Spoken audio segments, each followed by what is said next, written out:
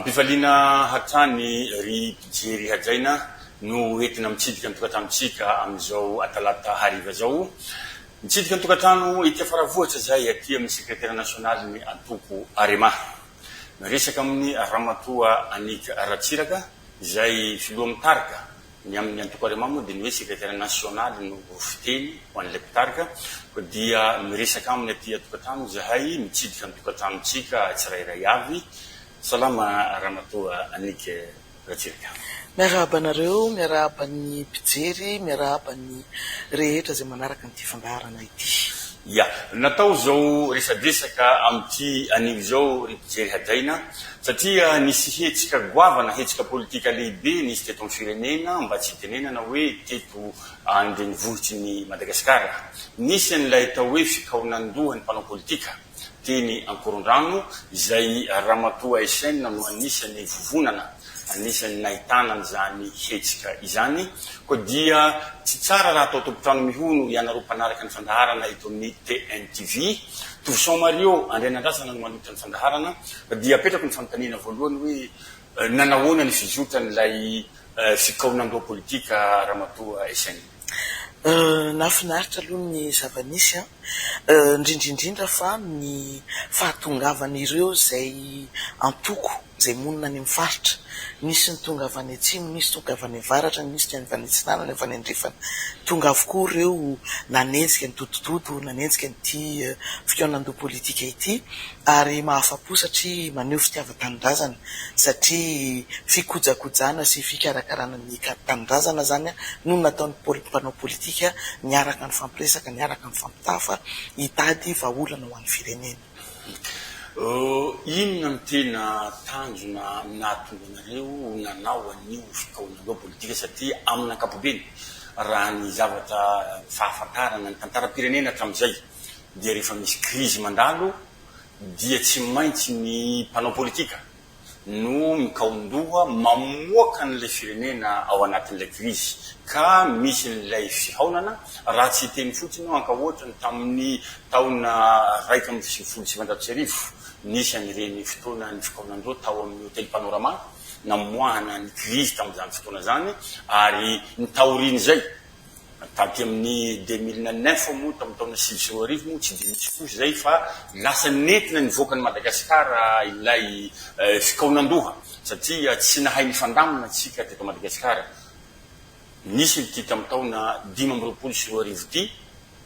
tsy nisy an'izay feikevitra na ilay fikaonandoha ny mpanao politika hamoaka ny Madagasikara satria rehefa misy krizy fandimbatsam-pahefana ka tsy amin'ny alalan'ny fifidianana dia tsy maintsy ilay fanarahana politika ny tokony hirosoana. Inona ny tena antony nahatonga anareo nanao azy tamin'izao efa 2 volana ty aoriny hipetrahany fitondrana fanavaozana ao anatin'ny fanontanianao misy ny valiny satria rehefa misy zavatra ohatran'izao dia tsy maintsy asiana forme de légalité ngamba ny tenenako an'izany hoe tokony mandeha aradrariny. Ny zavatra nisy dia mifamahofao be tamin'ny oktobra teo. Tamin'ny zavatra nisy dia nifoanana le androm-panjakana dia naverina indray dia avy eo dia mipetraka indray dia ohatrany manahirana ihany no mieritreritra an'izany. Fa ny zava-dehibe indrindra dia hoe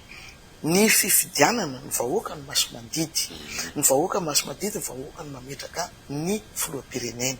Dia eo zany atao hoe nanao solitenan'ny vahoaka zany ny antoko politika satria ninona problema na tsy fitiavana ny mpanao politika na tsy fitiavana politika, le problema dia politika. Dia ny tonga zany ny tototo zany ny mpanao politika rehetra dia hoe andao amboarina zany ny fanaovana ny ravitra ity. Dia rehefa misy changement anticonstitutionnel ou inconstitutionnel dia tokony hipetraka ihany ny hoe zao zany ny fepetra sy ny zavatra angatahana amin'ity transition ity. Dia napetraka ny mpanao politika hoe reto daholo ny zavatra andrasan'ny vahoaka, reto ny andrasan'ny mpanao politika, reto ny andrasan'ny mpanao lalàna.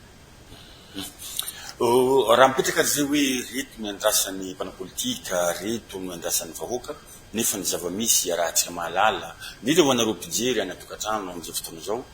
lazaina fa fitoizan'ny raha-panjakana ny misy ny fitondrana amin'izao fotoana zao nefa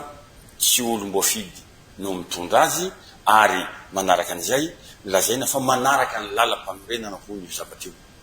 raha nanao an'iny fekevitra iny ary nareo azonareo ambara ve hoe inona ny tena nibala bebe kokoa tao anatin'ilay fikaonandohan'ny mpanao politika nandritra ny 3 andro zomany sabotsy dia ny omaly alatsinainy namarana anazy mazava ho azy fa ny voameran'ny politika sy ny rafitra izay tokony apetraka eto Madagasikara no tena mibahana tao anatiny tao ary ataoko angamba fa tonga amina consensus zay zany hoe mifanaraka daholo hoe ny ekeny rehetra mety misy mipitsopitso kely zay mbola ataoko hoe ankana hevitry ny tena tompona andraikitra ao anatin'ny antoko sy ny Brown misahana azy satria zay moa zany no fampiresahana teo hoe izahay lehibe ny antoko dia iraky ny antoko fa tsy tompo ny antoko dia tsy maintsy mifampiresaka amin'ny Brown ny tsirairay avy dia nomena 2 andro zany ny antoko rehetra dia amerina ny hoe reto mbola misy zavatra zay tokony amboarina dia ho atao amin'ny alana ny internet zany ny fiodina le izy hoe ekeny rehetra ve ity fa raha ny tena marina dia ataoko amin'amany efa 900 marim-pototra ny zavatra zay natao tamin'ny fotoanandoha teo mety misy anana remarque ny sasatsasany dia isy tsangatanana angambany ataoko amin'ny alalan'ny WhatsApp angambany fampiresahana teo dia misy karazana sondage tokony atao hoe izany marina dia ny demokrasia zany no hitondra azy izany hoe mbola tsy nisy tena fekevitra raikitra tapaka zany tamin'ilay fiaonandomaly satria mbola hiamby an'izay karazana hoe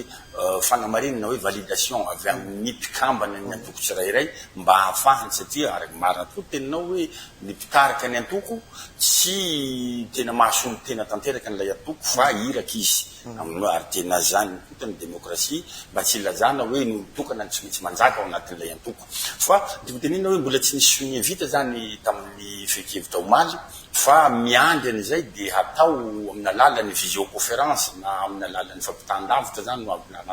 hamaranana n'ilay tena fekevitra tanteraka mbola ivory zao izay pikarakara zany rapitso dia ao anatin'izay zany no ijerevana hoe inona daholo zany ny valiny zavatra sy ny afatra zay tonga avy any amin'ny rehetra nisy ny marimaritra iraisana rehefa ny eken'ny rehetra ny arahana namaky ny arahana fampijery izy tao fa misy foana le ny anen'ny antoko sasany zany ny iraka no nandeha tany fa ny lehibe mbola raikitra tany an-dalana na ny mbola ny faritany na mbola tsy eto an-toerana dia natao hoe aleo tena hoe zavatra marina zany dia ho apetraka zany hoe atao amin'ny fomba manetriketrika ny fanaovan-tsony atrehany rehetra bon karaha zany ary no izy zany hoe mety mbola manana andro zany ho antsika mpijery ahafahana mahita amin'ny antsipiriany ilay tena fekevitra tapaka izay harosony reto mpanao politika reto ho an'ny fitondram-panjakana mahefa ka handraisan'ireo fanapahan-kevitra mifandraika amin'ilay fekevitra tapaka n'ilay fikaonandoha politika iny ary ramatoa SN ivadika kely ary tsika zany na dia verina amin'ina politika iny aorina satria efa resaka politika ihany no atao aiza ho aiza ny antoko arema amin'izao fotoana zao efa manomboka misy volofotsy andray 10 taona ny antoko arema amin'ny taona ho avy amin'ny 7 marsa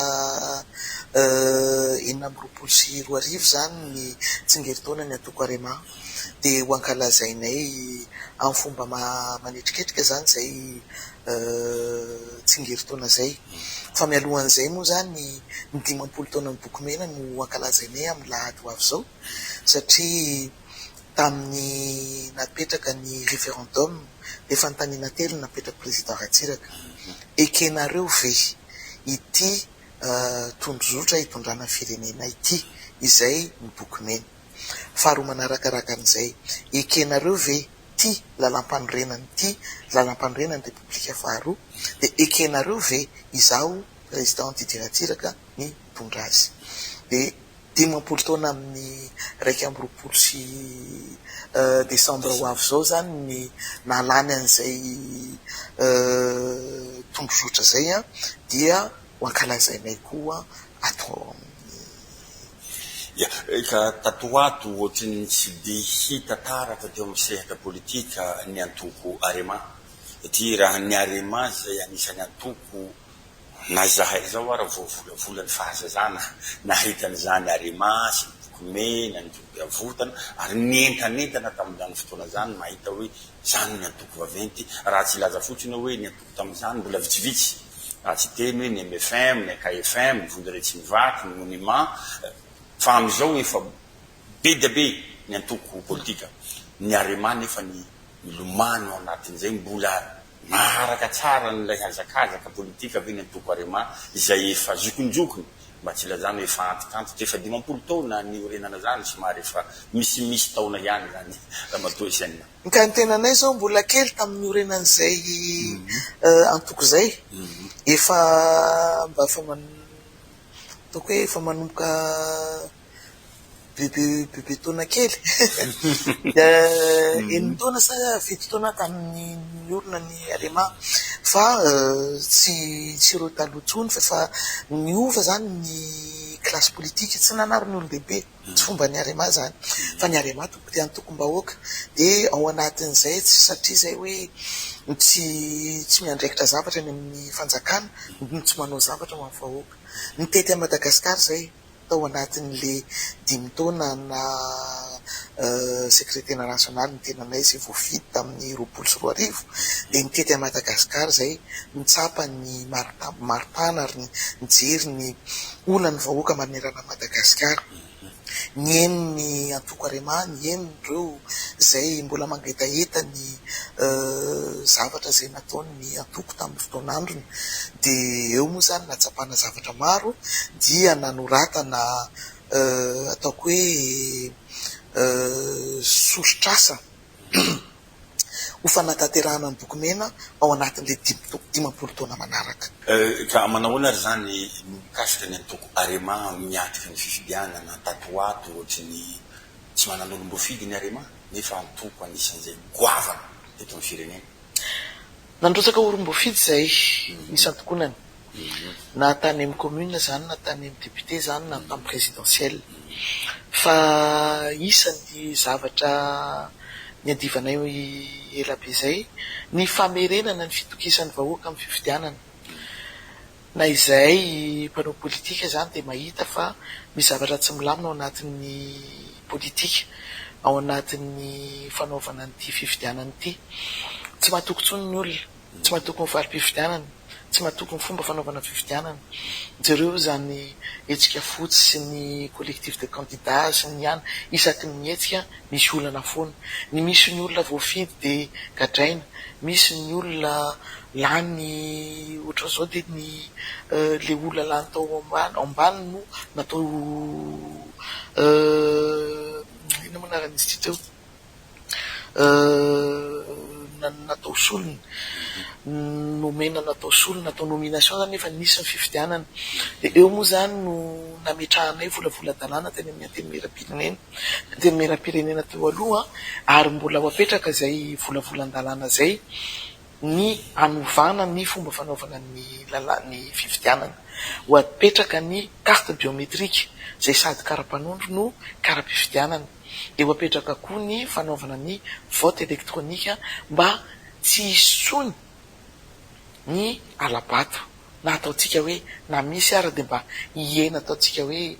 farak'izay kely mba ho marina ny valim-pifidianana, satria ny vahoaka hoe ny maso mandidy, ary ny vahoaka manapaka, ny vahoaka ny tokony hifidy, ary ny feon'ny vahoaka no enona rehefa mifidy. Ary zay no isan'ny mahatonga an'le korontana eto amin'ny tany sy ny firenena nge le feon'ny vahoaka tsy ao anatin'io vatam-pifidianana io a tsy hainona de lasa mahatonga ny olona lasa mitokona avy eo hoe zay hay tsy mifidy an'io. De io zany tokony sorohana mafy a ary sorohana aingana de aingana satria ny vahoaka ny tompoteny. Azo eritreretina ve ny sorohana n'izany zavatra resahan'ny secrétaire national zany am'izao fitondrana misy am'izao fotoana zao, azo eritreretina ve ny nivoahany zany fehikevitra zany tao anatin'ilay fikaonandohany mpanao politika teo mba hoe ho fifidianana tena hangaraharana tokony hisy. Ka zay mihitsy ny loharanony zavatra zay nataonay teo.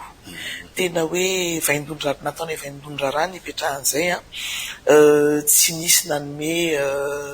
volavolan-dalàna moa zany satria tsy fotoana zao. Ataoko angamba fa ny antoko tsirairay avy a manana ny heviny momba an'io ary ny fanekena hoe tsy maintsy ho atao amin'ny arakady zany ny fanaovana ny fifidianana mba tsy hisy tsony ny alabato. Ary isan'ny mission an'ny transition ngeny ao anatin'izay hoe inona moa natao hoe transition, nisy famindram-pamanakana tsy nandalo fifidianana de ny asan'io transition io a de manomana ny fifidianana amin'ny manaraka, zany hoe mitazona ny affaire courante izy a de manomana ny fifidianana manaraka. Zay zany no andrasana amreo a, ary tokony ao anatin'izay zany a atomboka ny fanarenana ho zay fa tsy hoe fanovana. Fanovana zany ohatrany hoe tsy ampy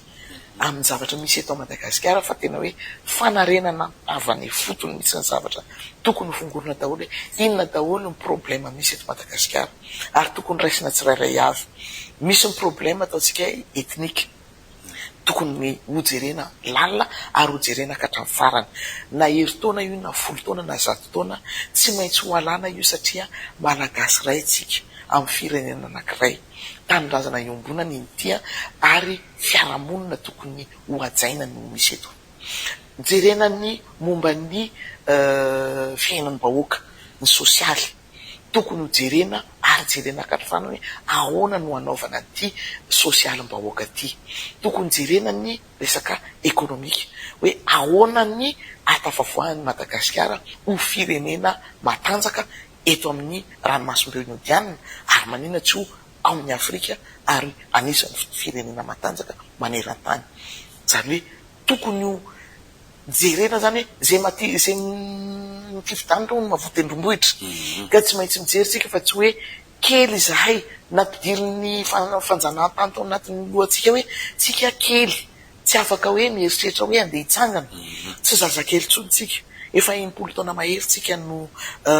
nanana fahaleovantena ary tokony hijoro ary matoa ty firenena ty no zanahana de manana maizy azy izy zay. Matoa ty firenena ty mbola misy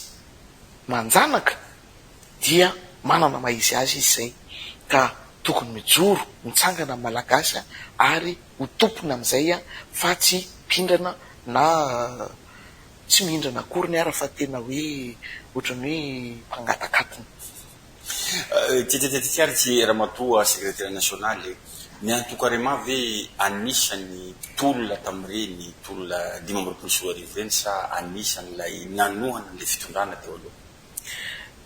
Efa nyteneninay ombieny izy ty a, zahay tsy nanohana ny fitondrana ary tsy niaraka tamin'ny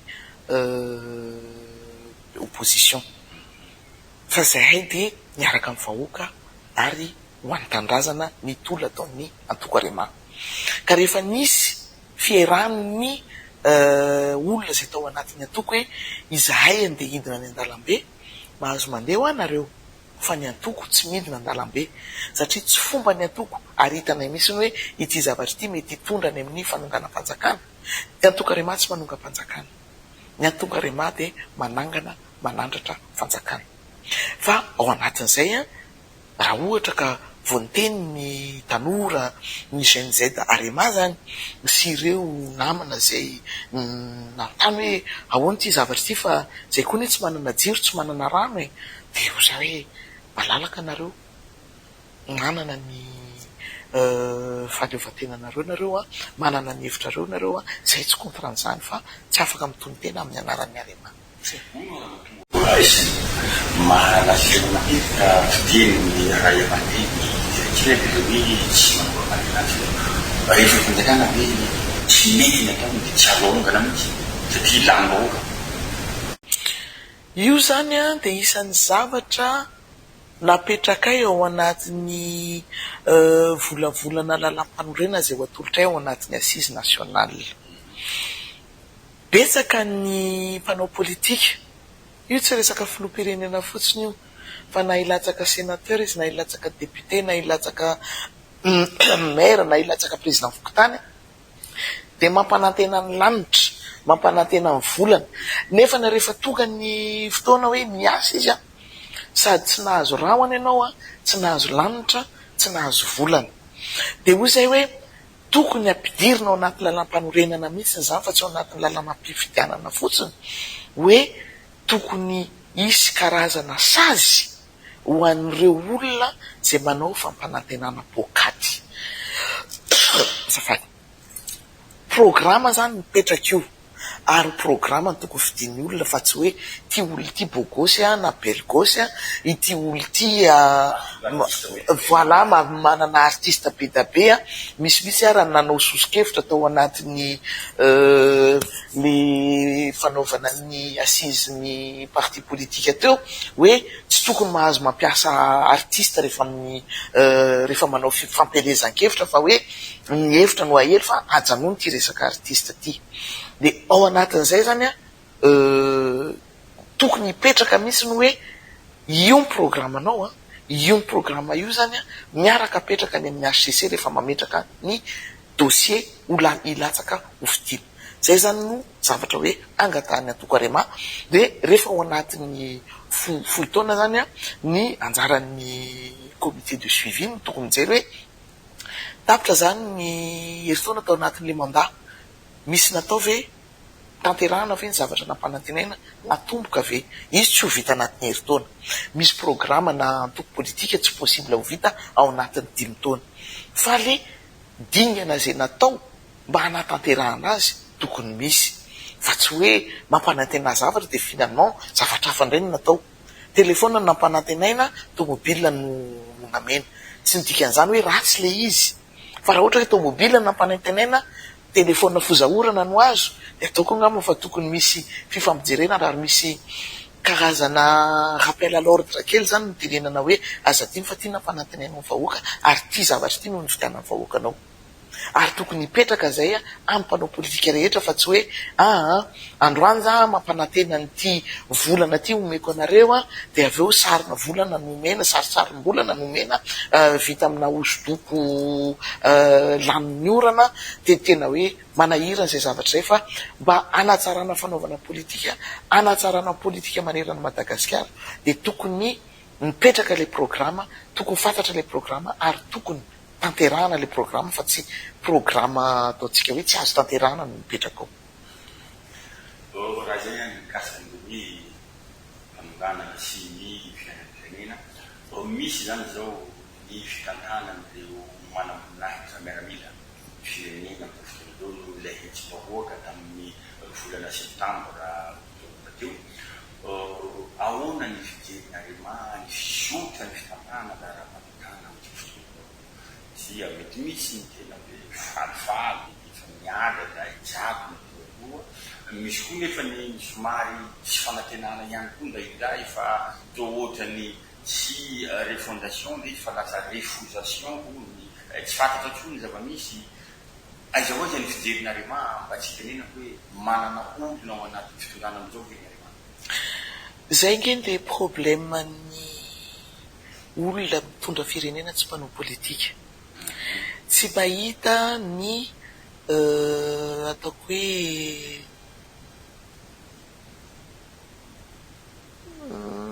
fingapingana mety ho apetraka mpanao politika, na manipulation politika mety hisy, na géopolitika io. Ka izahay zany dia nanolotra ny tenanay tamin'ny kapisady tamin'ny fotoan'androny hoe raha ilaina ty antsoa zahay, tsy nantsoa moa zahay dia tsy milanay izy zany, fa tsy midika akoran'izany hoe iraviravin-tanana ny antoko arema fa tsy maintsy anao zay sosiny tsara ho an'ny firenena. Raha vao misy zavatra tsy mety hitanay tsy maintsy mitady fomba zay anarina an'izay zavatra zay. Ka eo koa ny fanaovana politika tsy tokony mihaino feon-dakiloso tokana. Io tena hoe fadin-drazana amin'ny politika. Aza mba mihaino ny feon-dakiloso tokana ary mila mihaino ny vahoaka satria averiko foana ny vahoaka basy matity. Ny antoko rema manko anisany mitondra ela indrindra teto Madagasikara raha samy antoko mitondra taoriana rema ngamba ny lavalava kody ny mitovitovy ny DGV sy ny TIM samy fitotoana reo mitondra ka movy indrindra manko izy rehefa hoe ao anatin'le fitondrana lay antoko na lay mpitondra ohatrany hoe tsy de mahita n'lay hoe feom-bahoaka mihery feom-bahoaka fa rehefa ivelany le fitondrana izy lazany arema fa tokony io na ny feom-bahoaka ahoana ny hoavy ny antoko arema lana raha satria efa nakaretilina zany hoe naka fiangonana lavalava ny zay mety mbola antenaina ve zany ny iverenana antoko arema eo amin'ny fitondrana ka hanatsara an'ilay fanaovana politika satria nisy fotoana lavalava tsy tao fitondrana ny aina tanatin'le vahoaka raha tonga le fotoana hitondrana de mino sy manantena zany le vahoaka fa mba fa manina kaiky efa tena be dia be ny antoko arema amin'le fotoana zay. Io misy ny maha-politika amin'ny politika. Rehefa misy ny politika, misy ny géopolitika dia azadiny fa tsy mitondra rery ny filoha fa mitondra miaraka amin'ny olona zay makahala azy na ao anatin'ny fitondrana izy na io ivelany. Zany hoe indraindray misy ny ambodifa misarona akanjo hafa de mody milaza ho namana le olona nefa ny fitaka no ataony. De ao anatin'izay tsy maintsy jerena ny géopolitika, tsy maintsy jerena ny zavatra nisy ny tantara nisy tamin'izany andro zany. Ny antoko aremange niakatra ny firenena ny narodana isaky ny niakatra le izy de tapao-tany ny tombotrozy izy fa so de tafavoaka n'le zavatra fa tsy hoe tao anatin'ny kizo ny firenena no narodana amin'ny fitondrana ny arema fa teo amin'le fotoanany hoe tena hoe nao amin'de anao décollage ny hoe ohatran'le itanao le olona le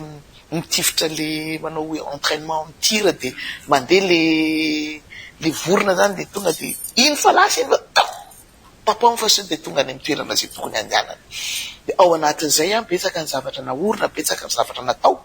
de mahagaga fa isaky ny ala teo amin'ny fitondrana ny antoko arema de ny sokekaina, ny lotona, ny potehana na midy tamin'ny olona zay ataontsika hoe tsy manana eritreritra mitovy amin'ny tena ny zavatra zay naorina de io moa zany ny toerana misy a Madagasikara am'izao farany amin'ny farany maneran-tany. Ka ny fanaovana politika am'izao mihitsy nge raha mampivoasenina no makona zany satria tato ato indrindrandrindra manomboka ny an'le ny tony internet tony sy tony hainobakijy tsy ankarata matetika zany mandoto n'ilay mpitondra voaloha hita moa zany anisan'ny victime satria nazaza koa anisan'ny miaina tao amin'any fitondrana aremata tao roa raiky amin'ny soa arivo hoe tsy nahitanao tsara mihitsy efa misy zavatra isoradiny eo tapoka le fitondrana de ihany koa ny fitondrana varomanana koa na de ataontsika hoe ny olana tamintsika tamin'izany fotoana zany fa rehefa hitanao koa fa nomboka hiakatra koa iarakareny tatia valo soa arivo nomboka nitabo fa tamin'ny fitondrana andaravelona moa tsy hitanao koa hoe fa tena tany anaty havaka mihitsy le fitondrana narodana ka tsy afaka teny intsony zany zareo hoe efa nisaika hiarina ny firenena fa nisy teleferiky bon le fanaovana politika amin'izao fotoana zao raha mampivoasenina nareo fefa manana traikefa ny antoko arema mety ve io antoko politika be dia be misoratra ao amin'ny ministera anaty tany io nefa indraindray olona mianakavy ihany eo anaty. Io zavatra io zany tokony asiana fanamboarana efa ny fampiresahana kely tao anatin'ny le fionan-dohana atao teo ny fampiresaka parti vitsivitsy nefa fa nanomboka fampiresaka fa io tsy maintsy atao lobary andasy ao aminay mpanao politika. Ny olana zany de ataoko hoe le famerenana ny ason'ny politika mihitsy ny tokony hipetraka, ary ny famerenana amin'ny toerany hoe inona no atao hoe politika. Ary eo moa zany no tsy maintsy fampijerevana fa io ataoko angambany fa isan'ny dingana manaraka tokony hipetraka amin'ny fikaonan-doha ataon'ny mpanao politika manaraka. Io tsy hoe ny hevitry ny Aremano arahana ao anatiny io na ny hevitry rana na hevitry ranona, fa tsy maintsy miaraka de hiarana ho tapahana le izy. Efa manana ny sosikevitra zay tiany ho apetraka zay fa ho apetraka amin'ny mpanao politika rehefa ny fotoana mamety azy. Ya, raha ivelona amizay satria fefa manakaikaiky ny fotoanatsika fa lavalava ihany zany zay amin'ilay fikaonan-doha. Ilay fikaonan-doha ve mety azo eritreretina hoe ilay tapakanareo farany zay avoakanareo amin'ny fomba mety maretiretina fanapahasoany azy fotoan'izay ve azo eritreretina hoe tena hanaova zavatra hiala n'ilay lalam-panorenana mihitsy, satria sadasada manatsoratra mampitsika amin'ny fotoana sady lazaina fa hoe manaraka ny lalam-panorenana nefa tsy zavatra voasoratra ao anatin'ny lalam-panorenana ny iainana. Ka zay misy ny antony nanaovana n'io fifanarana politika io, iverenana amin'ny lalana, fanorenana. Ataoko samihafa tsara mihitsy lalana fanorenana. Ao zany no eritreretina hoe andao anorona firenena vanona isika, andao isika malagasy anorona ty amerina ny asany ty firenena ty, amerina ny zavatra rehetra zay tokony tena ampandrosany ty firenena ty, fa tsy tokony ny arenan'ny Madagasikara mandeha any ambany tany. Ny arena voalohany de ny olombelona,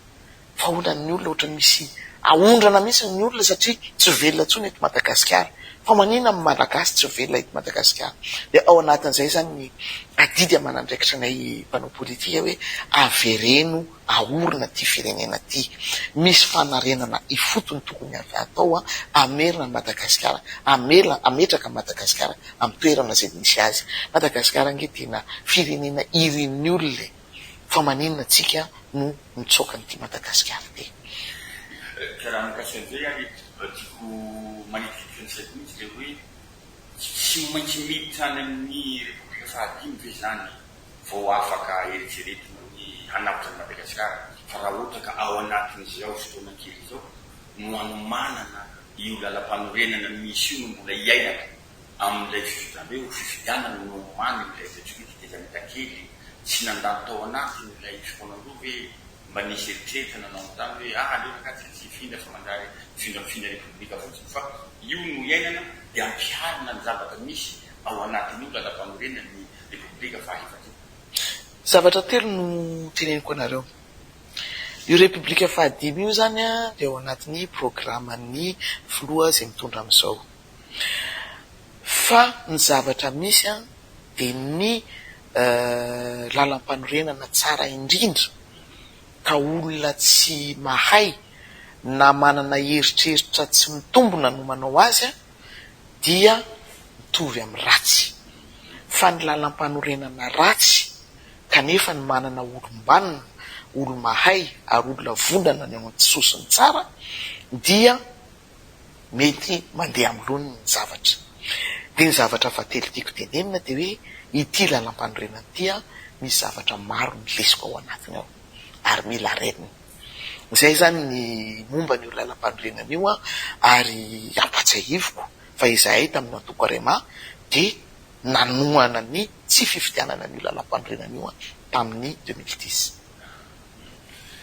Efa mandeha ny fotoana raha manao jerim-politika ny fiainam-pirenena nandritra ny teneny hoe tamin'ny taona 2010 hatramin'ny taona 2025. Ngamba nisy fiteny matetika henana ny tambatotra hoe foazy aho rehefa mandroso Madagasikara. Ahoana ny fijery esenina zany fiteny zany? Voalohany indrindra ampatsahiviko anareo fa olona velona no ny teny an'izay fa tsy olona maty. Zay ny voalohany indrindra. fa ny fandraisanay atao anatin'ny antoko aremana zay zavatra izay satria tenin'ny farany alohan'ny nafatesany le izy dia ny hoe efa napetraka ny zavatra rehetra ny lalana zay tokony ombana ampandrosoana ny Madagasikara ka raha ohatra ka atanteraina ireo zavatra ireo dia ohatra ny mamoa ny président Ratsiraka dia mametraka ny fampandrosoana eto Madagasikara. Izay zany le tena fotokelitsy n'ilay teny natao zany fa tsy hoe voazina arabaky teny araky teny saritsary teny fa le hoe mandrebiadana anatin'ny satria mandroso Madagasikara nanaraka n'le lamina izay narosoko zay ka mbatsika pijery mpanaraka ny fandaharana anisan'ny zava-dehibe voaraitsika zany aminatin'ilay izy satria Madagasikara manana ny manam-pahaizana manana ny harenany efa dia misy ny fitantanana sy mirinda araka ny tonomisy raha matoa anika Ratsiraka mety antenaina ve ny rotsahanao fidiana amin'ny fidianany fidianana manaraka anjaran'ny antoko aremana no manapaka an'izay satria antoko demokratika ny antoko arema tamin'ny farany teo moa zany ny tenako no natosiko ny antoko hoe andaotsika hirotsaka ho fidiana fa rehefa hitanay moa zany lesoko atao anatin'le fanomanana sy ny fiandanian'ny androm-panjakana mikarakara ny fifidianana dia ho zay hoe ity zavatra izay fa tsy azo ekena amin'ny fametrahana an'ity caution atao lafo be tsy toko tsy foroana ity ny vola tsy toko tsy foroana zay mbola olanina ao anatin'ity fifidianana ity nefa ny efa fantatra ny valim-pifidianana dia aleo miala aleo manaja tena aleo manaja amin'ny malagasy fa zavatra tsy mety io zavatra io io zany mbola everiko ihany le tsika fotsy zany ny teo fa dia ao anatin'izay moa zany dia apetraka ao amin'ny fahendren'ny komity mpitantana amin'ny antoko raha zareo no plébiscité anaky vonona ny hitantana ny firenena ary ny ametraka ny volavolana namonaranizy teo projet de société zay efa napetraka ny président Ratsiraka ny boky mena ary miaraka amin'ny lay boky fanatanterahana ho an'ny 10 taona manaraka zay nantsonay hoe renaissance de Madagascar. Somary velona kely mandeha zany raha OSN ny antoko politika tatoato tsapanay reo ny zanaky n'ilay tanorina ihany mipetraka hitantana azy misy antony manokana be zay sa mitsaikefa namana manokana natony manao na very mikambana nantokonarema OSN sa tena hoe tsy maintsy hoe antokony ilay mpanorina ilay antoko tsy maintsy tarana ny mitondra azy eo ka aiza ho azy ny fijery amin'ny fanaovana politika mahitsy amin'ilay lavan'izay raha mato OSN fa tsy ahivoko anareo tsy ny président Ratsiraka mihitsy no nanendry anahy ho lehibe ny antoko arema fa ny mpikambana no ny fidiny tenako ho lehibe ny antoko arema tao anatin'izay moa zany misy olona maromaro mitantana teo nisy an'ny Pierrot Rajonarivelo nisy ny direction collégiale nisy an'ny Simon Pierre dia izao ny tenanay indray zany mitondra ny tantana ny antoko arema dia anjaran'ny mpikambana no mijery hoe iza ny olona mavita iza ny olona mahay iza ny olona mety atafita ty antoko ty ahitona anazy amin'ny toerana zay tokony andehanany dia apetraka amin'ny fahendren'ny mpikambana izay zavatra izay nampamazava amitsika pijery zay ty matetika indraindray misy diso fandray mamitsika pijery tsika mpanaraka ny rahapireneny mijery hoe mety misy antoko sasany mametraka andamso mety misy antony manokana koa araka teneny le raha mampiasaina teo hoe ny mpikambana no resy lahatra fa io no asain'ireo hitonga ilay atoko eto atsika maraparana ny fandaharana araha secrétaire national ny arema anisan'ny mikarakara an'ilay fikaona milovany antoko politika nandray anjaradolo ve reo antoko favaity eto Madagasikara amin'izao fotoana izao eo amin'ny 20 eo ny isan'ny antoko nandray anjara zany tamin'ilay fitaonandoha fa tsy midika ka orin'izany hoe ilay 200 ambiny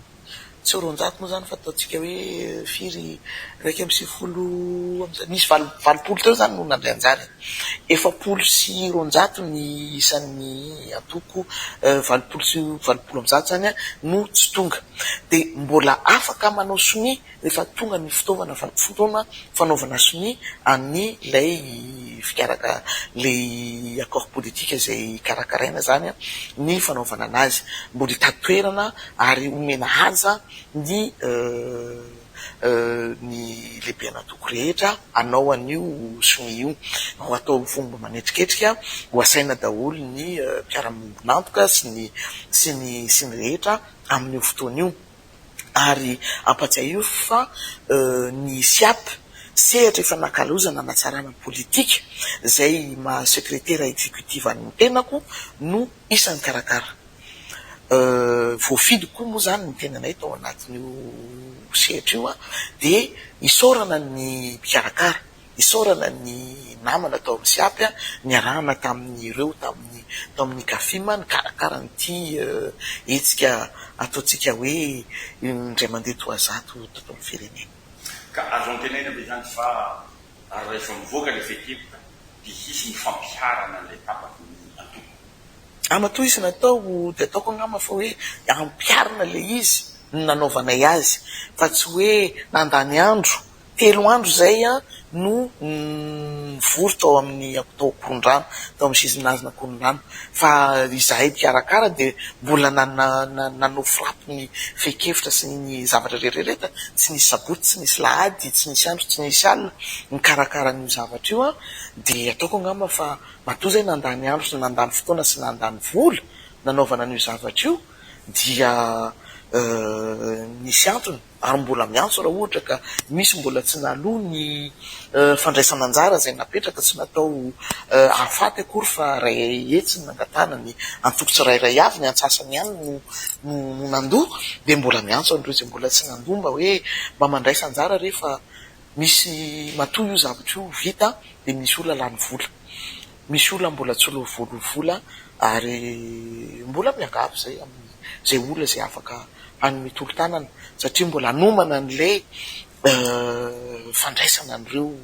lehibe natoko rehetra miaraka amin'ny mpiara-mongonantoka amin'ny fotoana iny ary sady mandeha fotoana